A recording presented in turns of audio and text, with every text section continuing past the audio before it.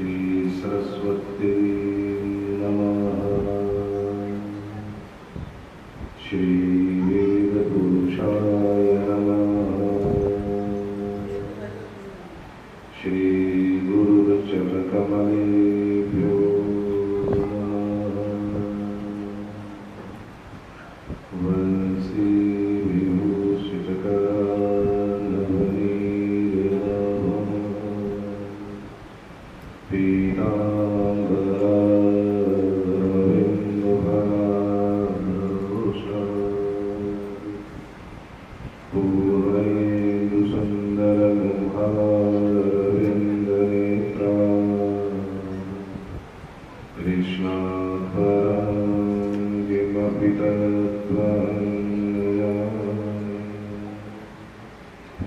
नमोऽस्त्वनन्ताय सहस्रमूर्ते सहस्रपादाक्षिशिरोधारे सहस्रनामे पुरुषाय शाश्वते सहस्रकोटिवदायिने यस्याखेच विभाति भूतसुता देवापरामस्तके बाले बालविदुर्धरिचरणम् यस्योरसि व्याहृता सोऽयं भूतिविभूषणः सुरवरा सर्वाधिपाः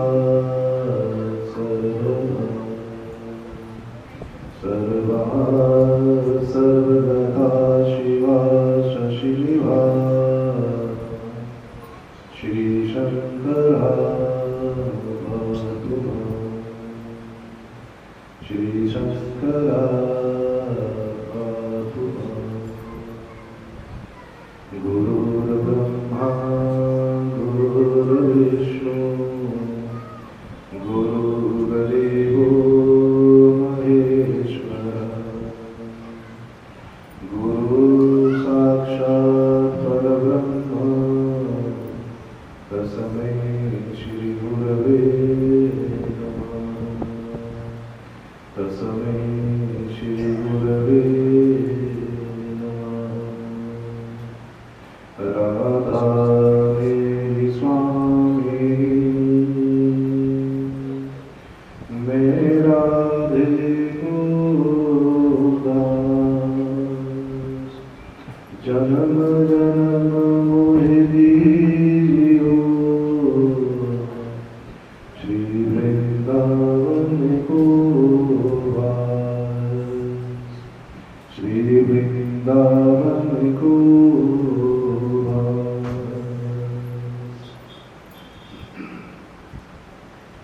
अनंतानंद विभूषित प्रातः स्मरण परम तपोनिष्ठ ब्रह्मवेता विद्यालंकार नाना स्मरणीश श्री गीता भाष्यकार हम सबके कर्णधार श्री श्री प्रयागराज पूज्य श्री गुरु महाराज जी के पावन पवित्र निर्मल एवं सुंदर चरण कमलों में हम सभी का कोटि कोटि पूज्य जोगी बाबा दत्तानंद महाराज की जय जय श्री राधे श्याम।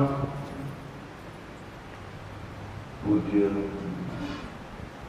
श्री गुरु महाराज जी की अनंत कृपा से उनके आशीर्वाद से श्री चंद्रकेश जी हर वर्ष माँ भगवती मनसा देवी के इस प्रांगण में श्रीमद् भागवत स्वाध्याय का श्रवण हम सबको करवाते हैं।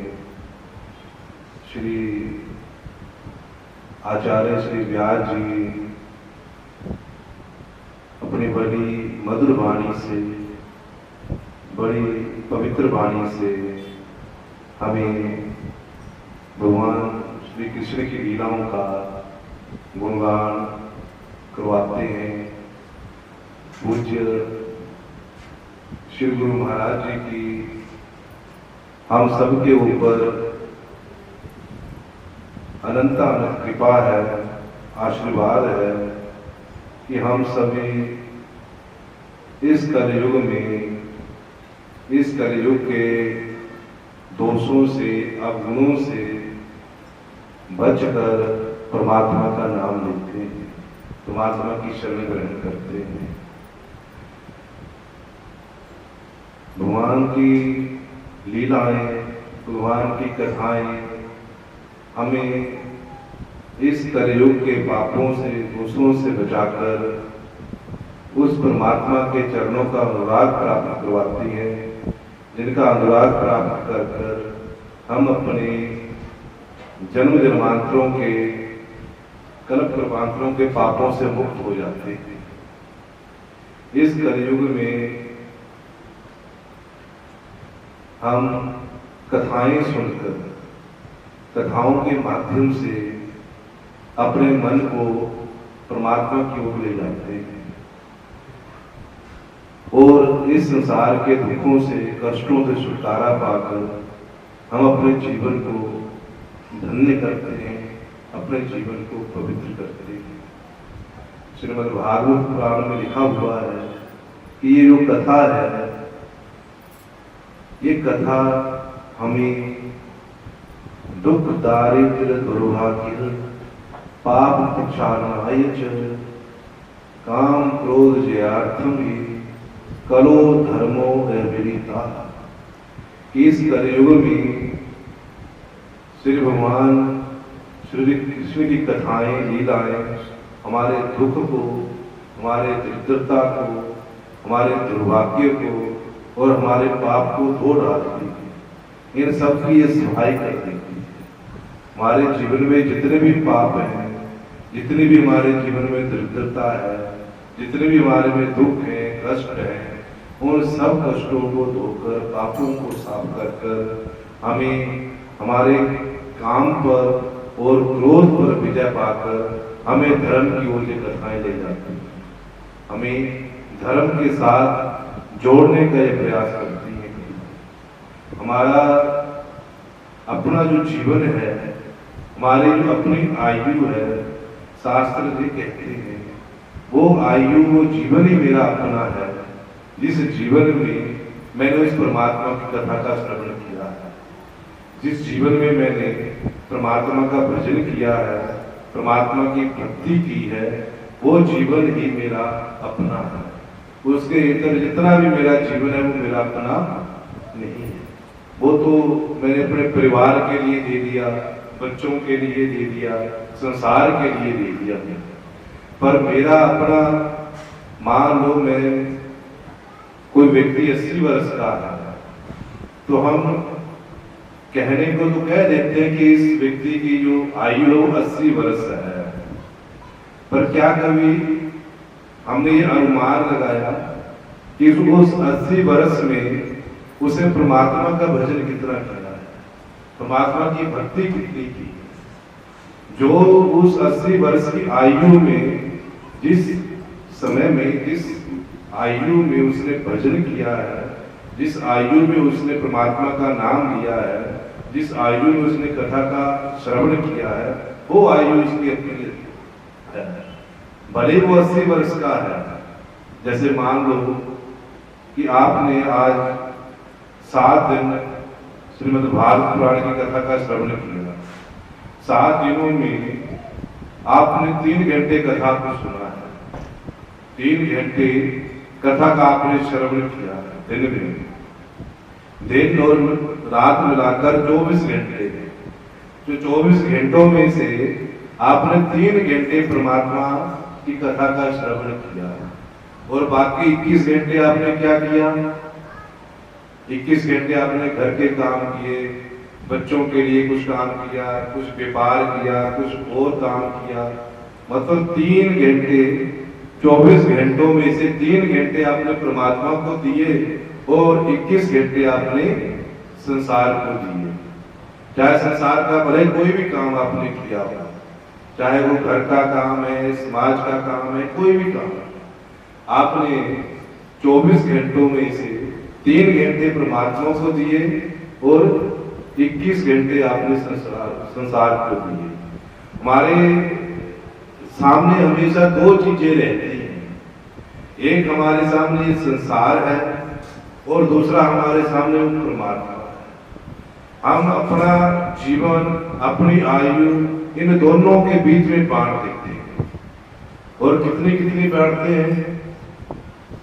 ये तो 7 दिन आप कथा सुन रहे हैं, तो 7 दिन तो आपने परमात्मा को दे दिए, 3 घंटे 7 दिन में दिए।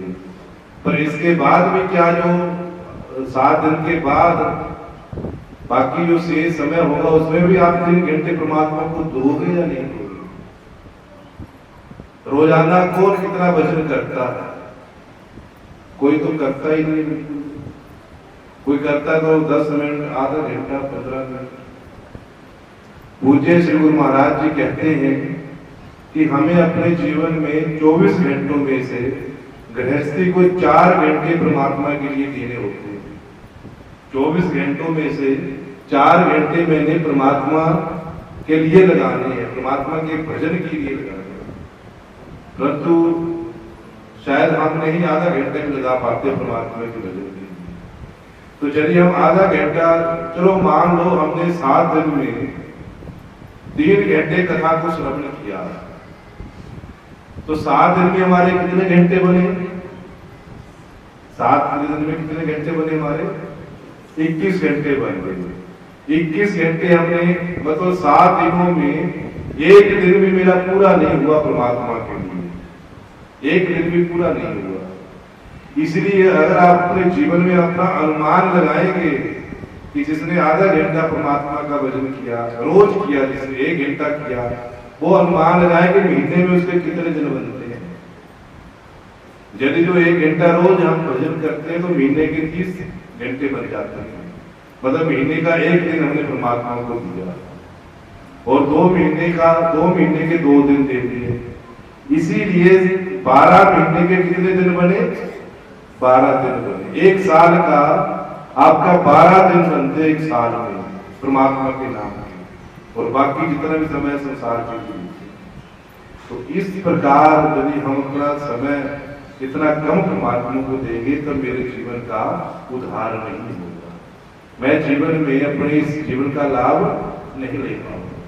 मुझे परमात्मा के लिए दिन में कम से कम 4 घंटे निकालने, चाहे वो एक समय में निकले, चाहे वो बांट कर समय हो, परंतु मुझे परमात्मा के लिए समय देना है। मेरा ये जीवन बड़ा अनमोल है। ये मनुष्य का जीवन मुझे ऐसे नहीं मिल जाता। ये तो परमात्मा की बड़ी बड़ी कृपा होती है। उनको कभी एक बार न जाने हमारे ऊपर तरस आ जाता है, जब हमारे किस कर्म के ऊपर वो रीझ जाते हैं कि हमें ये मनुष्य का देह देते, और इस मनुष्य देह का केवल एक लक्ष्य है कि मैं इस संसार के सब काम करते हुए उस परमात्मा का भजन भी करूं, परमात्मा की ओर अपने आप को चलाऊं, परमात्मा का भजन कर अपने आप को धन्य भगवान की जय। और ये बात भी ठीक है कि मैं संसार में आया हुआ, संसार में आने के बाद मेरे इस संसार के कुछ कर्तव्य कर्म भी हैं। बच्चों को पढ़ाना लिखाना, अच्छी शिक्षा, अच्छे संस्कार भी देना, कुछ न्यायपूर्ण धन भी कमाना है, कुछ और भी जो अपना अपना कुछ रिश्तेदार बन के आया है उसको अपने रिश्तेदारी को निभाना है। पर उसके साथ साथ मुझे अपने परलोक को भी बनाना है। यदि मैं बैठकर भजन नहीं कर सकता, परमात्मा का नाम नहीं ले सकता, मेरे घर गृहस्थी के काम कितने हैं, मेरे समाज के काम इतने हैं, तो परमात्मा कहते कि चलते फिरते, उठते बैठते, जागते सोते मेरा नाम तो लो, कुछ ना कुछ तो करो। राम राम कृष्ण कृष्ण राधे राधे ही जपो, कुछ ना कुछ मेरा नाम लेते रहो। जिसका नाम लेने से आपका मन अपने आप संसार से मुक्त होकर परमात्मा में लग जाएगा। जब तक मेरी ये शरीर की इंद्रियां, मेरा अपना शरीर, मेरा अंतःकरण परमात्मा के साथ नहीं लगता, संसार के साथ लगा हुआ है, तब तक मैं पतन की ओर जा रहा हूं, मेरा कल्याण नहीं हो रहा। अपने इस मन को, अपनी बुद्धि को, अपने इंद्रियों को परमात्मा की सेवा में रखना, इसकी सार्थकता यही है अपने शरीर की, कि शरीर के द्वारा, इस वाणी के द्वारा परमात्मा का नाम उच्चारण हो, इन कानों के द्वारा परमात्मा की लीलाओं को सुना जाए।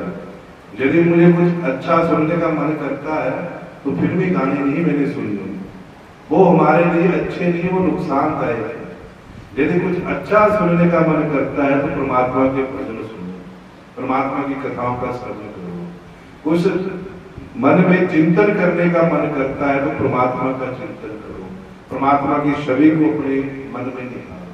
कुछ बोलने का मन करता है तो परमात्मा का नाम उच्चारण करो, परमात्मा की लीलाओं को बोलो, परमात्मा की कथाओं को बोलो। पर मैंने संसार का कोई भी काम ऐसा नहीं करना जिसको करने से मेरी इस जीवन की सार्थकता खत्म होती है, जीवन का मेरा लक्ष्य खत्म होता है। श्री गीता जी में लिखा हुआ है कि राग द्वेष वियुक्तेषु विषयानिन्द्रियचरण आत्मवशेर्विधेयात्मा प्रसादमधिगच्छति प्रसादे सर्वदुःखानां हानिरस्योपजायते प्रसन्नचेतसो यासु बुद्धि परिवर्तिष्ठति। कि मैंने अपने अंतःकरण को वश में करके मन, बुद्धि, चित्त, अहंकार को अपने वश में करना है। मेरा मन संसार का चिंतन ना करे, मेरा मन परमात्मा का चिंतन करे। हम जब रात को सो जाते हैं ना, संसार के घर के सब काम काज कर जब हम रात को सोने के लिए अपने बिस्तर पर चले जाते हैं तो सबको एकदम नींद नहीं आ जाती है। किसी को 10-15 मिनट, आधा घंटा लगता है नींद आने में, 1 घंटा भी लगता है, एकदम तो नहीं कुछ हो जाता। तो उस समय जब हम बिस्तर पर लेटे होते तो क्या चिंतन होता है उस समय? माताओं का तो यही चिंतन रहता है कि सुबह उठकर बच्चों के लिए कौन से परोठे बनाने हैं, पतिदेव के लिए कौन सी सब्जी बनानी है। उनका तो दिनचर्या ऐसे निकल जाती है साहब। सुबह का खाकर हटे दोपहर की चिंता, दोपहर का खाकर हटे रात की चिंता, रात को बिस्तर पर गए सुबह की चिंता। माताओं का जीवन ऐसे ही गुजरता है। पर शास्त्र कहते वो चिंतन मेरे कल्याण का मार्ग नहीं है। मैं चिंतन करूं तो परमात्मा का चिंतन करूं। सुबह उठकर मैंने परमात्मा की पूजा करनी है, परमात्मा के लिए मैंने चंदन घिसना है, परमात्मा के लिए मैंने माला बनानी है, परमात्मा का मैंने स्नान कराना है, तो मुझे सुबह जल्दी उठना है, जल्दी उठकर मैं सब परमात्मा के काम करूं। रात में ये चिंतन चलना चाहिए और परमात्मा का नाम लेते लेते मुझे सुनना चाहिए। तो कहते हैं मेरा मन उस परमात्मा का चिंतन करे, संसार का चिंतन ना करे। परमात्मा का चिंतन मन करे, मन अपने वश में रहे, इतना वश में रहे कि वो चाहते हुए भी संसार का चिंतन ना करता है। मेरी भक्ति, मेरा भजन इतना होना चाहिए कि उस भजन के माध्यम से मेरा मन हर समय परमात्मा का चिंतन करता है। बोले कृष्ण कन्हैया लाल की है। और मेरिया इंद्रियां, मेरी आंख, मेरा कान, मेरी नासिका, मेरा मुख, ये सब मेरे वश में रहे।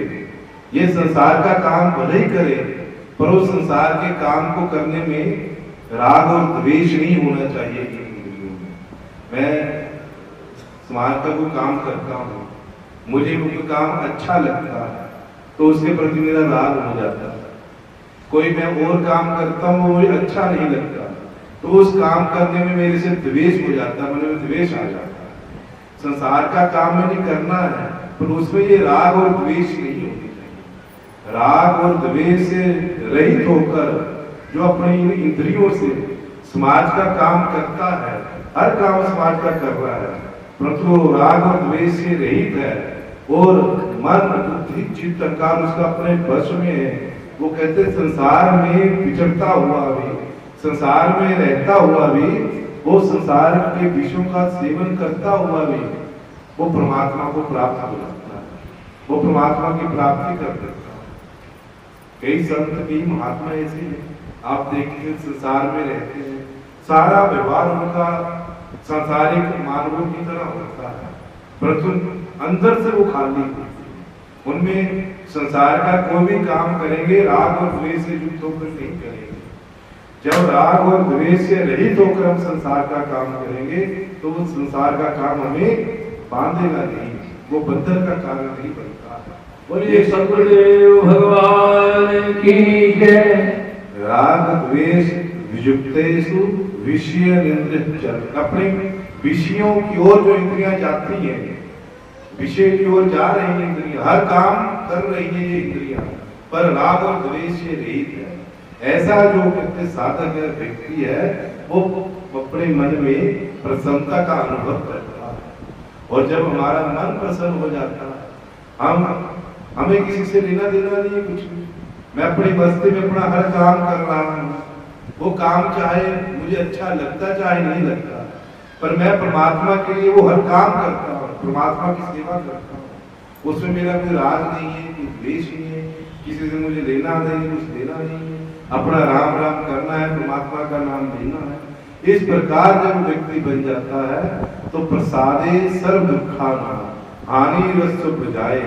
तो ऐसा जो व्यक्ति है जो राग और द्वेष से रहित होकर संसार में विषयों को भोगता है, उस व्यक्ति के सारे दुखों का नाश हो जाता है, सब दुख उसके नष्ट हो जाते हैं। उसके जीवन में दुख तो आते हैं, परंतु परमात्मा उस दुख के साथ साथ उस दुखों को सहन करने की शक्ति भी देता है, उन दुखों का उसके ऊपर असर नहीं पड़ता।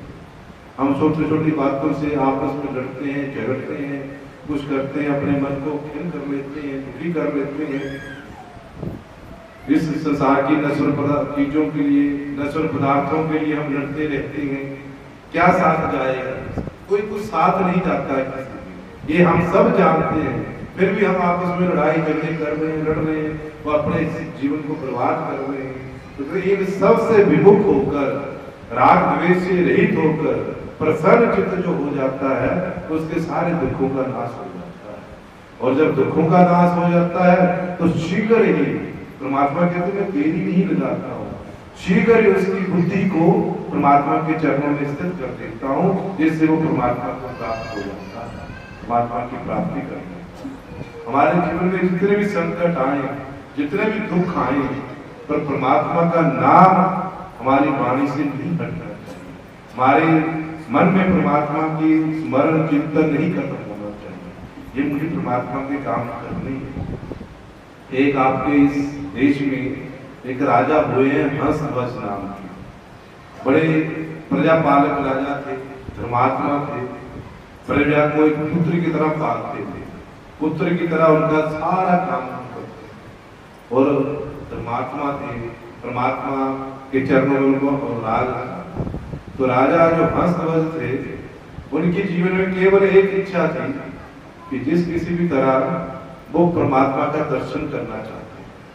उनका एक बेटा था सुधनवा नाम, अपने चंपापुरी राजधानी में वो रहते थे, वहां का राज्य करते थे। तो उस समय महाभारत का युद्ध पांडवों ने जीता, जीतने के बाद युधिष्ठिर ने अश्वमेध यज्ञ किया। अश्वमेध यज्ञ के लिए घोड़ा छोड़ा जाता है सब राज्यों में, विषय में वो घोड़ा छोड़ देते हैं, और जिस जिस राज्य में वो घोड़ा जाता है, यदि उस राज्य का राजा उस घोड़े की पूजा कर लेता है, उनके आगे नतमस्तक हो जाता है, तब तो वो घोड़ा अगले राज्य में चला जाता है, उस राजा का राज्य उसके अधीन हो जाता है। परंतु किसी राज्य का राजा उस घोड़े को पकड़ कर बांध ले, तो उसके साथ उसको युद्ध करना पड़ता है, जिसका वो घोड़ा होता है। युद्ध करके उसको हराने के बाद वो घोड़ा अपना वहां से छुड़ा कर ले जाना पड़ता है। तो उस घोड़ा युधिष्ठिर ने अश्वमेध यज्ञ का वो घोड़ा छोड़ा, उस घोड़े के साथ द्वारकापुरी के भी कई योद्धा साथ में गए उसकी रक्षा के लिए, साथ में अर्जुन भी गया उसकी रक्षा के लिए। और जिस राज्य में वो घोड़ा जाए उस राजा का राज्य का राजा उसकी पूजा कर कर उसको आगे। तो जब वो चंपापुरी राज्य में पहुंचा तो राजा हंसध्वज वहां के राजा थे, तो उसको उसके सैनिकों ने बताया कि ऐसे ऐसे पांडवों का अश्वमेध यज्ञ का घोड़ा छुड़ा किया है और हमारे वो राज्य में आया है, तो हमें क्या करना चाहिए उसको पकड़ने या जाने के। तो पहले तो हंसध्वज राजा बड़े प्रसन्न हुए कि पांडवों का अश्वमेध यज्ञ का घोड़ा आया है और उस घोड़े के साथ हो सकता है भगवान श्री कृष्ण भी हों जिनका मुझे दर्शन हो, उनके दर्शन की लालसा उनको थी। उन्होंने अपने सैनिकों से पूछा कि उस घोड़े की रक्षा के लिए कौन कौन आया है, तो उन्होंने कहा कि उस घोड़े की रक्षा के लिए अर्जुन है और द्वारकापुरी के कुछ योद्धा हैं। तो हंसध्वज ने पूछा कि क्या उसकी रक्षा के लिए भगवान श्री कृष्ण आए साथ में या नहीं। कहते भगवान श्री कृष्ण साथ में नहीं है, अर्जुन साथ में आया हुआ है और उनके कुछ योद्धा है। तो हंसध्वज राजा ने कहा कि यदि भगवान श्री कृष्ण होते साथ में तब तो उनका दर्शन कर लेते, हम घोड़े का पूजन करते, घोड़े को प्रणाम करते और भगवान श्री कृष्ण का दर्शन करके उनको जाने थे। पर इस तरह नहीं तो दूसरी तरह से ही भगवान श्री कृष्ण साथ में नहीं है तो हम युद्ध करेंगे उस योद्धाओं के साथ, अपने घोड़े को पकड़ लेंगे और युद्ध करेंगे। और जब युद्ध भयंकर युद्ध होगा तो भगवान श्री कृष्ण को अपने आप ही उस युद्ध में आना पड़ेगा। बोले कृष्ण कन्हैया लाल की जय। तो राजा हंसध्वज ने योजना बना दी, सब सैनिकों को तैयार कर दिया कि सब युद्ध के लिए तैयार हो गए, घोड़ा पकड़ लिया, युद्ध के लिए घोषणा हो गई।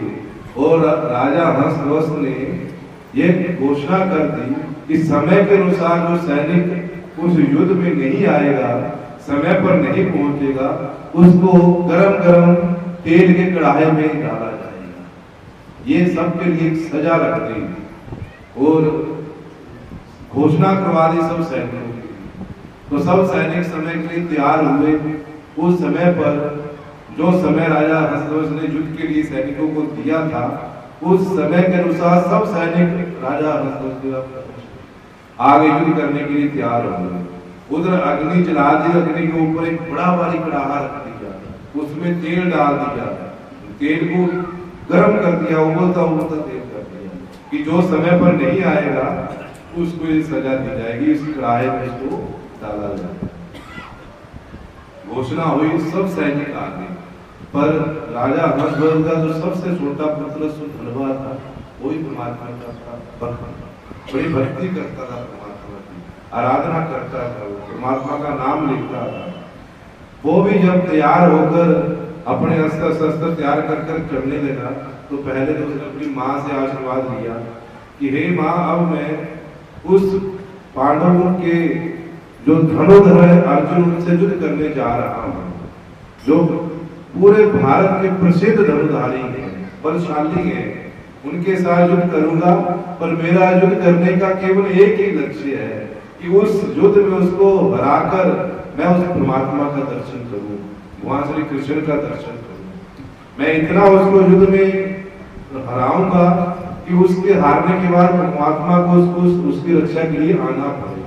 पर हो सकता है कि मैं द्वारा उसके साथ युद्ध करके वापिस यहाँ ना आ पाऊं, इसलिए मुझे आशीर्वाद करो। माँ ने भी आशीर्वाद दिया और माँ ने कहा कि पुत्र, मेरा सौभाग्य तो ये नहीं था कि मैं उस परमात्मा का दर्शन कर सकूं, पर तुझे सौभाग्य मिल रहा है तो इतना युद्ध कर उस अर्जुन के साथ वो युद्ध को उसमें हरा, ताकि भगवान श्री कृष्ण को तेरे सामने आना पड़े, तुझे दर्शन देना पड़े।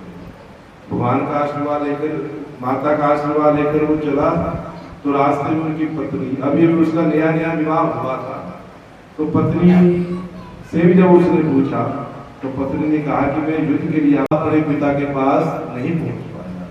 जब नहीं पहुंच पाया तो पिता ने अपने सैनिकों को भेजा कि सब सैनिक युद्ध करने के लिए आगे, मेरा अपना पुत्र नहीं है, उसको बुलाकर लाओ। जब वो समय पर नहीं आया तो उसको ये सजा थी, पहली सजा जो समय पर नहीं आएगा उसको उस कढ़ाई में डाला जाएगा। ये सजा पहले रखी हुई थी कि कढ़ाई में गरम गरम तेल में उसको डाला जाएगा। अब इनके सैनिक आए धनवा को लेने के लिए, जब आए तो उन्होंने कहा कि वो आपको आपके पिता ने सजा दी है, वो सजा के अनुसार आपको खोलते हुए गरम गरम तेल में अपने शरीर को डाला। तो सुधनवा सोचने लगा कि मैंने तो ये सोचा था कि मैं उस परमात्मा का दर्शन कर कर अपने शरीर को त्यागूंगा, परंतु आज मैं समय पर नहीं आ पाया, तो मुझे इस बात का दुख है कि परमात्मा का दर्शन किए बिना ही मुझे शरीर को छोड़ना पड़ेगा। तो उससे पहले कहता कि मैं एक बार अपने पिता से मिलने गया। पिता से मिलने गया। पिता इनके पुरोहित थे, राज पुरोहित, शंख और लेकिन 2 भाई थे।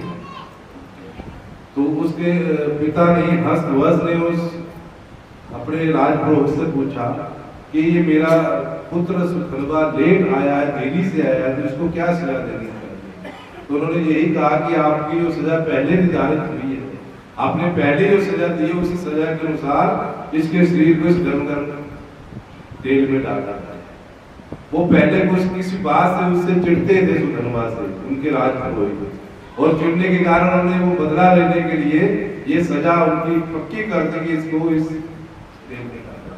परंतु उसका मन परमात्मा में लगा हुआ था, परमात्मा की भक्ति करता है। जैसे ही राजा के आदेश के अनुसार उस धनवा के शरीर को उस कढ़ाई में डाला गया। कढ़ाई का तेल जितना गर्म था, इतना गर्म उबल रहा तेल, उबलता उबलता तेल में जब उसके शरीर को डाला गया तो तेल बिल्कुल शीतल हो गया, ठंडा हो गया। बोले सच्चिदानंद भगवान की जय। और उस धनवा के शरीर को कुछ भी नहीं हुआ। क्यों नहीं हुआ? क्योंकि हर समय उसका मन परमात्मा में लगा हुआ है, हर समय परमात्मा का भजन करता है, भक्ति करता है। इसलिए जो परमात्मा का भजन भक्ति करता है उसके जीवन में जितने बार दुख आ जाए, कष्ट आ जाए, उनको उनके ऊपर कोई फर्क नहीं। जो संघ और लेखक उनके राज पुरोहित थे, उनको चिंता हुई इस बात की कि इतना गरम गरम तेल और इस तेल में शरीर को डाला गया, परंतु इसकी शरीर को कुछ नहीं हुआ। तो लगता है कि राजा की वो चाल अपने पुत्र को बचाने के लिए, तो उन्होंने उसको आजमाने के लिए, देखने के लिए एक नारियल डाल दिया उस तेल में। कहते हैं कि जिस प्रकार जैसे ही नारियल तेल में डाला, वो गरम तेल फिर गरम हुआ, और गरम होने के बाद नारियल फटा, फटकर नारियल के 2 टुकड़े हुए, और एक शंख के सिर पर और एक लेखक के सिर पर पड़ गया। जो भक्त परमात्मा के, भगवान के भक्त को स्तन करता है, भगवान उसको इस प्रकार का दुख देते हैं, परंतु भक्त के ऊपर कोई भी वो दुख या कष्ट आने नहीं देते। इसलिए हमें इन कथाओं के माध्यम से, श्रीमद् भागवत कथा के माध्यम से अपने मन को उस परमात्मा के साथ जोड़ना, ताकि मेरे जीवन में जितने भी दुख आए, कष्ट आए, उनको सहन करने की मुझमें शक्ति हो, मुझमें सहनशीलता हो। ये सहनशीलता, शक्ति हमें कथाओं के माध्यम से मिलती है। इसलिए हमारे इस जीवन में कथाओं का बड़ा महत्व है। कथाएं मुझे जीना सिखाती हैं, मुझे जीवन में कैसे जीना है, अपने जीवन को कैसे चलाना है, अपने जीवन को नियमबद्ध कैसे करना है, ये हमें कथाएं सिखाती हैं। तो आज पूज्य श्री गुरु महाराज जी की अनंत अनंत कृपा से, उनके आशीर्वाद से, आपके इस माँ भगवती मनसा के प्रांगण में श्री चंद्रकेत जी ने 24वीं श्रीमद् भागवत सप्ताह जी लेके आया है। और अगले साल जैसा आचार्य जी बता रहे थे कि 25वीं श्रीमद् भागवत पुराण सप्ताह जी यहाँ होगा, जिसे क्या कहते हैं हम, रजत, जैसे अपने हम सालगिरह मनाते हैं ना, घर में अपनी सालगिरह मनाई जाती है, उसी प्रकार यहाँ श्रीमद् भागवत सप्ताह के लिखे से के अनुसार भगवान श्री कृष्ण की 25वीं रजत सालगिरह जहाँ मनाई जाएगी।